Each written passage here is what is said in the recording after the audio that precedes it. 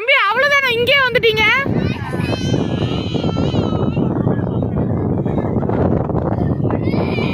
அப்ப அங்க கொண்டே விட்டு நாங்க நடந்து கூட வந்துக்கிறோம். சரி பாய்.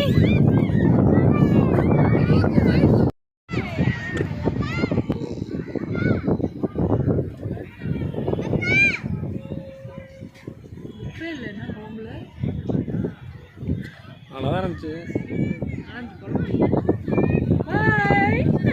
பாய் சொல்லு, பாய் சொல்லு, பாய் சொல்லு, கை நீட்டி பாய் சொல்லு.